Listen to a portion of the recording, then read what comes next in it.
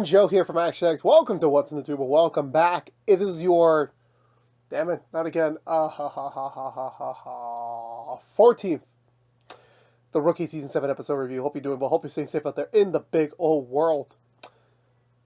I have once again am doing this in the middle of the night.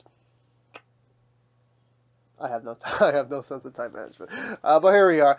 Honestly, no, just to get into it, this was just a fun episode. This was just okay. Well, certain things weren't fun, but like the overall, like there's like a through line for all the subplot that was fun. Everything else was like really serious.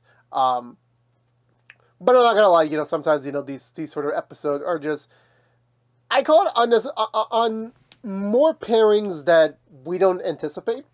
But it works out for the better end of the show. Where this week we kind of get some very different sort of team ups than we're normally used to, and I think that was fun. I think that was a very fun experiment to see kind of like how things are, and sometimes instead of like getting this core dynamic, get something else. And also I always love Effect cameo. I really do, which makes sense for this week again.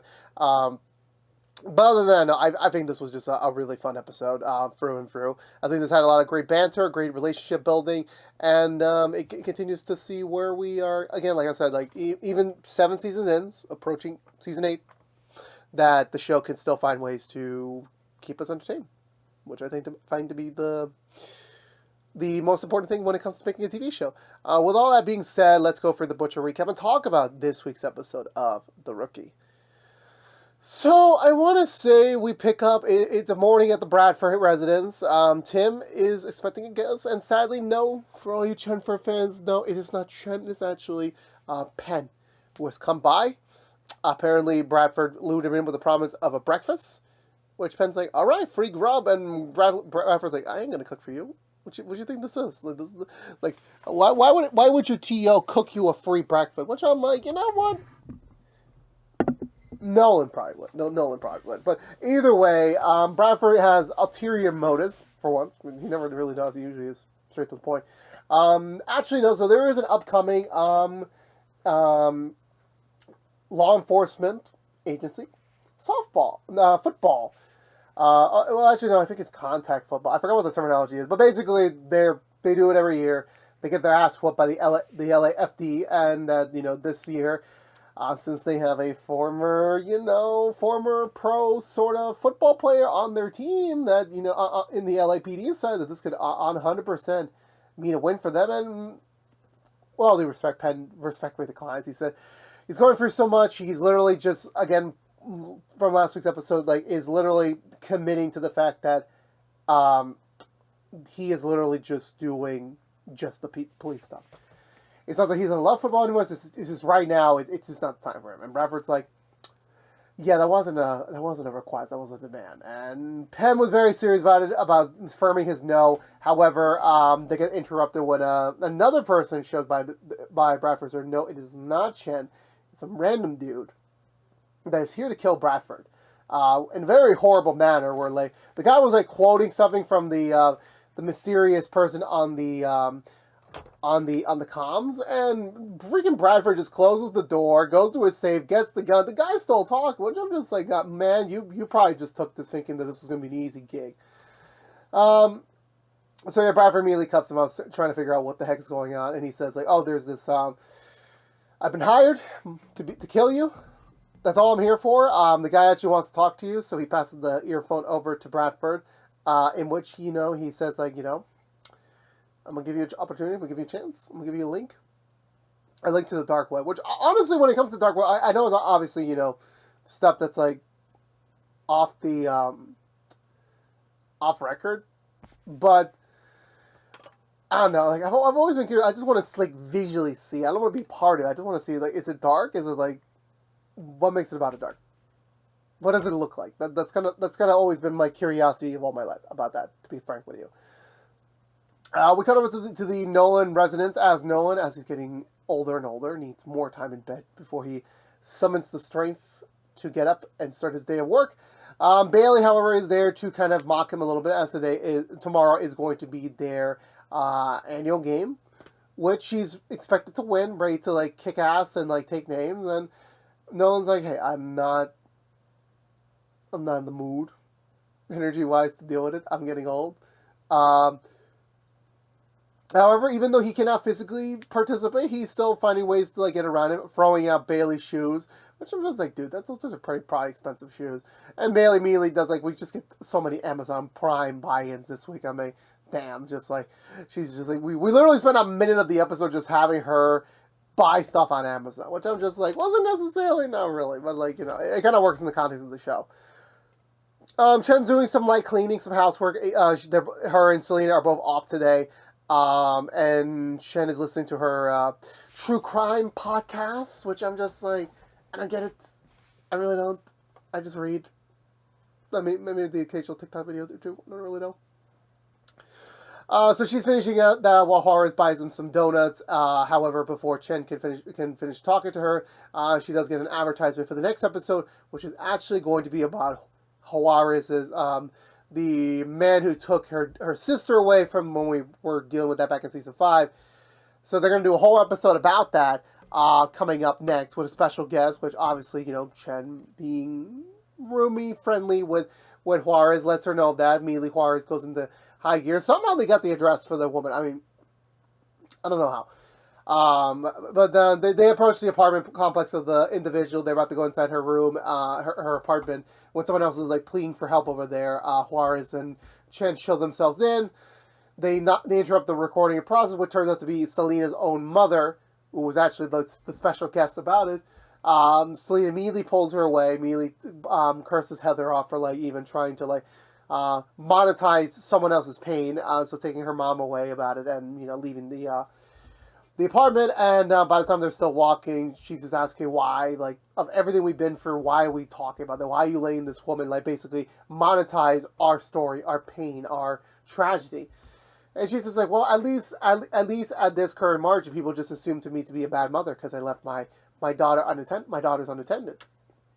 I thought maybe this podcast could assist in my public opinion, which I'm like, aren't you a shut-in? Like, I don't think people really care about your opinion nowadays. Like, this is 2025. People are moving on to the next thing. Like, literally, people talk about one thing. Next week, they talk about something else. So, regardless. However, before she can continue her berating of her mom. The woman that was knocking on the door earlier comes up to Chen and Juarez, asking them what's going. Like, you guys are cops, right? So, like, can you give me some help? I got this missing person. My sister is missing. She's pregnant. We lost contact with her 3 weeks ago, and the police won't help us out because technically she's an adult, and all you're really explaining to us is just basically cut off communication, which is not really grounds to use police resources, which sadly does make it more difficult for her. But Chen and Juarez are like considering it. Even the mom just interested. Oh no, they'll help you. They will help you out so much. Juarez just looks at her and is like, okay, fine, we'll do what we can with this knowledge. We come over back to the station where apparently today was supposed to be the first public meeting of the police reform group. No more private meetings. All in Harper's house. Everyone's going to be right here in this thing. They bought donuts. They got everything, and no one's there. Which, not to lie, James looks at Harper. Look, it's not your fault. This was expected. This is how cops have been doing their jobs for decades. Like, it's gonna be hard to like really get people to like take the initiative and make the change because they just assume that, oh, if I sign up for this, it might mean that like they're actually betraying the badge, which is not true. They're just reforming the badge. But more people do show up. I think who shows up for Tim and Tim and Penn show up, but they're more focused on like the big case right now. John shows up, but nothing really happens there. Gray shows up, but then he's not staying. So it's like, everyone's here, but they're not going to stay. They gotta go do something else. Which again, Harper and James were like, yeah, we kind of expected this, and we basically bought for y'all's breakfast, but tis the breaks. Nolan jumps in on Bradford's matter as Penn goes to speak about the matters that is the current training videos of LAPD, which are, let's just say, very outdated, so to speak. Let's just say that much.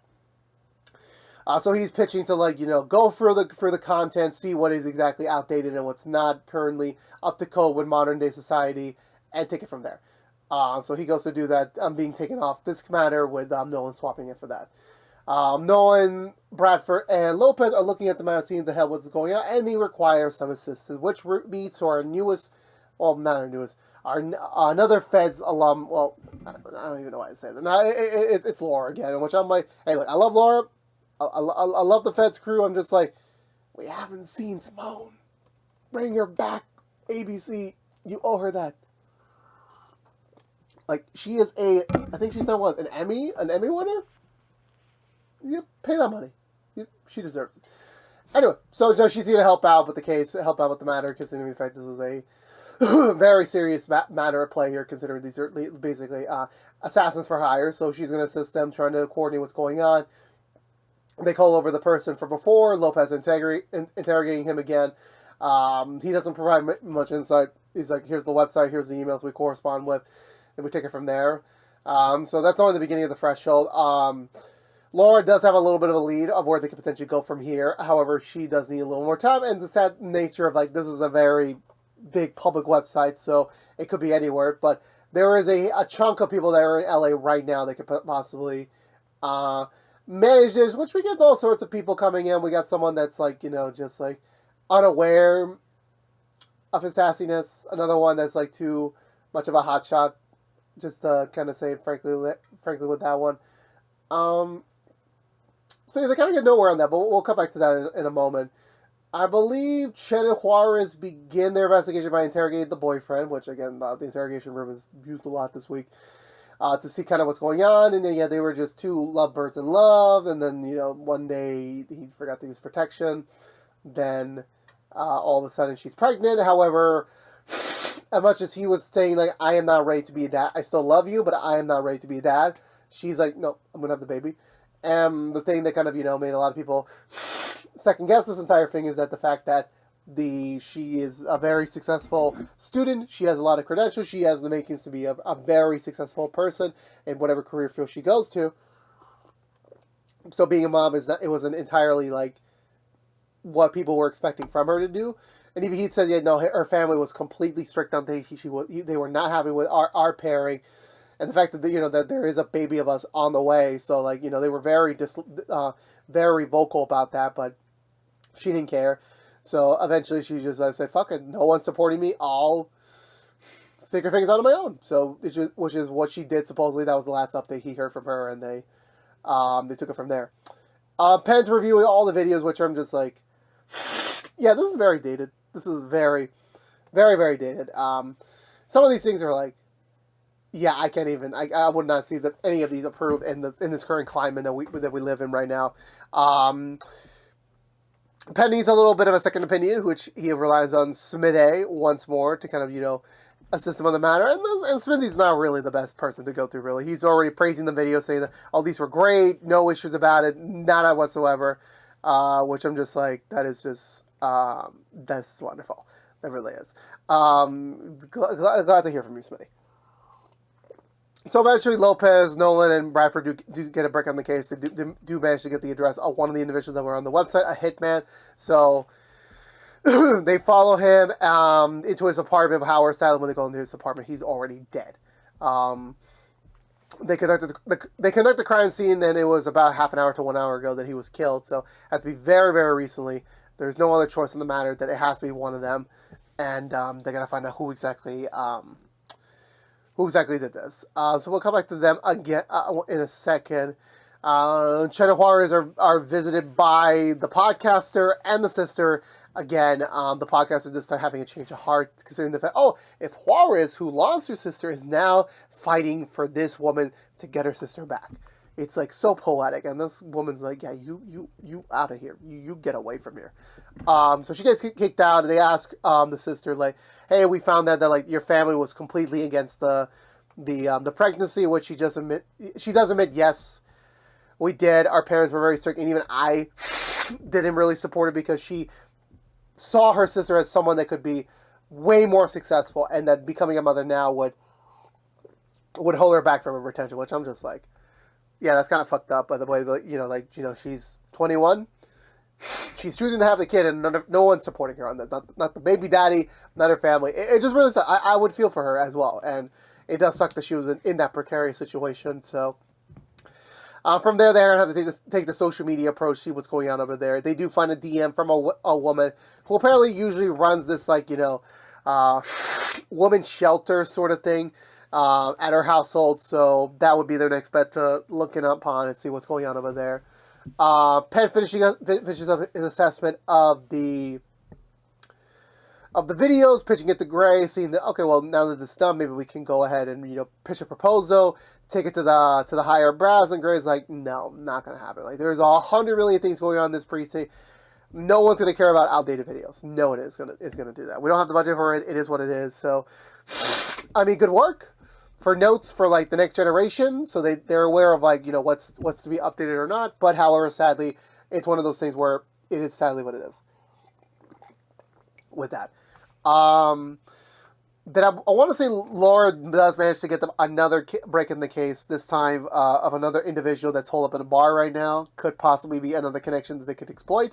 So Bradford and Nolan head down there. They find the dude. They try to get into him quickly, but there's like a swoop of tourists right in front of them. Bradford had to push a guy to the ground just to get through. However, sadly, when they do catch up with the individual, literally someone just came, stabbed him in the chest with a knife, and he's dead. And they're just completely baffled because they can't find the dude. The guy's gone. It's like, what is going on here, guys? What the heck is really going on over here? So they review the footage again, and it sadly is Mavro. He's back. He's back in town. He's doing these assassinations. Whether he's connected to the same guy that is targeting Bradford, who the heck really knows? But he's back. He's dangerous. So they have to find out what his next target is. That's all they can really do right now. So good old-fashioned police work time, looking through dozens and dozens of online transactions to see if they can find a lead and pursue forward on that. Chen and Juarez do go up to the household of the lady, and she acts all innocently enough, no issues much whatsoever, and about the matter whatsoever. And she's like, yeah, no, we had a disagreement. She was still too hung up on her family, her past life. Like, I don't need that sort of thing in my household. So I told her, like, sorry, if you can't comply with my rules, then you need to leave. But before they leave, they notice a couple of odd things about her. So Chen and Juarez decide to loop in the others and just get like a little bit of like, yeah, let's circle around. Let's do a taste run. Let's see, because like this is not 100% transparent here. Then when we go inside the house, the woman actually is the one. Like she somehow got the baby from the woman, and the baby's right there, right in front of her. And apparently they're about to escape because now that they know that the LAPD is onto them. We cut back over to Bradford and Lopez, who are still going through all of these transactions, but sadly they're not really getting anywhere with that. Deciding to go focus on the game. And Lopez decides to ask the age-old honest question to Tim. How are you doing? What's going on? And Tim's like, everything's fine. Nothing much. And obviously, Lopez like, okay, so how about Lucy? Well, what's going on between you two? Are you guys, what's going on? And Bradford's like, no, there's no updates to that. He does admit that, like, Lucy's taking the sergeant's exam soon. And Lopez is like, oh, well, if she passes, technically, she won't be in your chain of command anymore. She'll be a peer of yours. And Bradford's like, yeah, I know. And she's like, up for a way for you guys to get back together. And Bradford's like, nope. She's merely doing it for her career. That said, it has nothing to do with their past relationship. But she did mention the fact that this could also create the opening should they decide to give it again. And Lopez says what a lot of Chen fans are wanting to say right now, that if somehow Bradford gets back together with her, he cannot fuck up again. Do not. Communication is key. Learn your damn lesson. But they go back to talking about the game. Eventually, we come back to the household where the woman is going down to the basement this time, confirming that the daughter, the mother is still very much alive. There's no issues with her, but, she wants to kill her to cut off loose ends. Thankfully, it's around the time Lucy and Juarez decide to split up. Juarez going through the side of the house, Lucy trying the front of the house again to get her, and that thankfully interrupts the woman from killing her as she gets distracted to go back upstairs and take care of Lucy, while Juarez is sneaking into the household, which Lucy tries to hold back the woman, like keeping her occupied, but it doesn't really work, sadly. She already catches on pretty quickly, and that is sadly the matter at play here. Lucy's rejected, but she does get the message from Juarez that, she has a knife, she has a weapon, that there is something extremely fishy going on here. So Juarez heads downstairs, is about to go down the basement, but however she gets kicked hard by the owner, who immediately locks her in, tries to get the baby, which as she's doing so, preparing to get things situated for their escape. Lucy does a really cool jump into the window, trying to hold her back from doing anything reckless. She has become very desperate to the point that she will kill the baby if that means like no one else can get their hands on her. Which thankfully Lucy shoots correctly at the right time, which thankfully saves the whole day, and everyone is better because of it. Which is bravo to all. So I believe from there we cut back over to where do we cut back over to? Yeah, I completely forgot. But I believe we cut to the next day properly. We're at the hospital. The baby and the mom are all right. The sister shows up. She's like, "How's she's doing? Everything all right?" They're like, "Yep, everything's all right," and she wants you to see them. So they go and they have a very nice family moment. Bradford shows up, immediately hugs Lucy for like just making sure that she was all right after a scary encounter, which Lucy said, "Yeah, it's fine." It's just very saddening of just how the conditions may be that like someone was willing to like kill another person just for a baby. Like it's just sad, just how it is. It really is sad, and Bradford agrees with her. And Lucy's like, "Do you think anyone would matter if I just take the day off, get away from the game today?" And Bradford's like, "Of course. Like you literally just saved a baby. You jumped into a household. Like yeah, no, you deserve a break. 100%." But then Bradford gets another break into his mysterious hitman case. There's another target in a golf course right now, so the four of them, including Laura, are stationed there. They're just assuming, okay, this is the more recent hit. Mavro's got to be around here somewhere. They landscape the golf course. They find this like very high altitude building that could potentially be a good sniper spot for Mavro. So Bradford and Nolan head up there as Mavro's about to take the shot, but the LAPD show up at the nick of time to take him in, just for his safety, as Mavro is about to shoot him, like even while he's like getting away.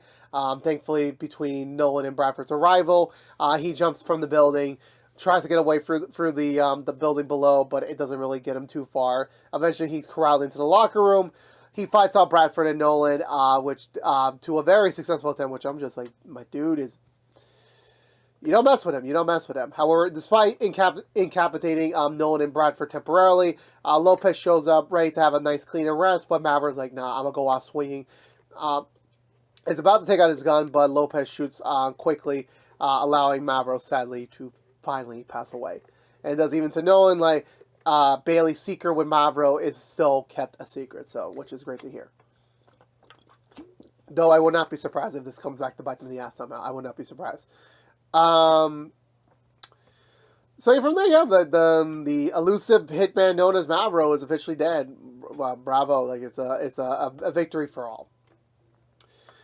They coordinate back with Laura, which even though they successfully managed to get a big hitman and some of the guys off the street, they managed to reprogram the website to now go directly to Fed agents so they can target hitmen that are known for it and trying to get more arrests in that regard. But sadly, they were still not able to ID who the actual organizer was for Bradford's matter, but Laura said they will handle it in the back end to see what the heck's really going on with that one. So we'll hopefully see her again soon.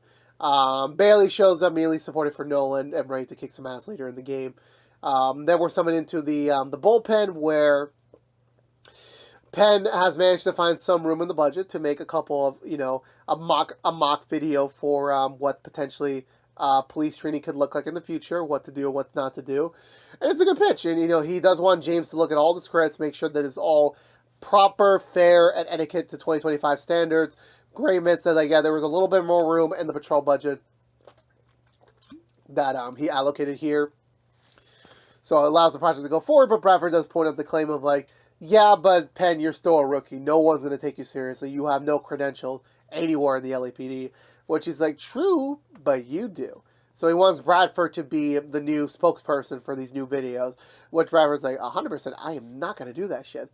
And then Penn counters with that, I will be your quarterback.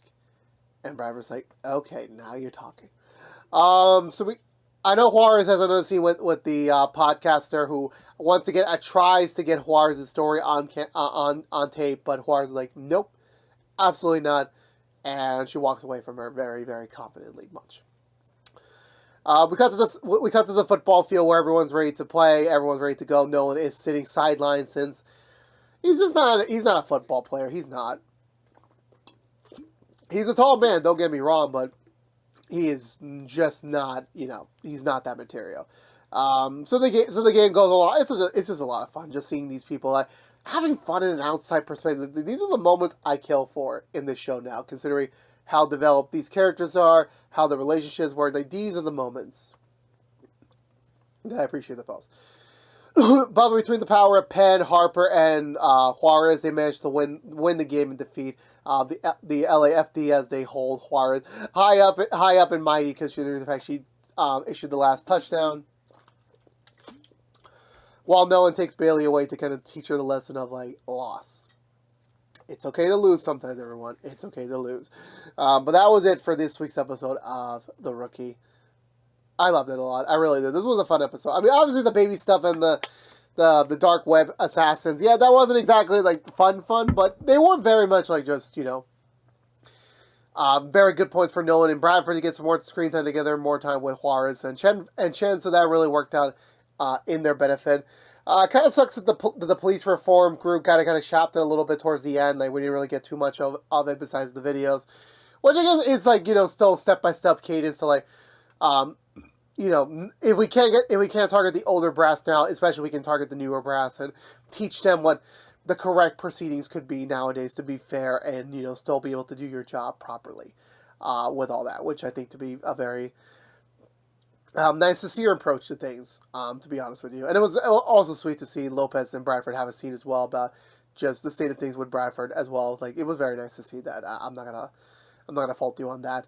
But overall, no, this was just another fun episode. I can't believe it that they got me into football like that. I can't believe it.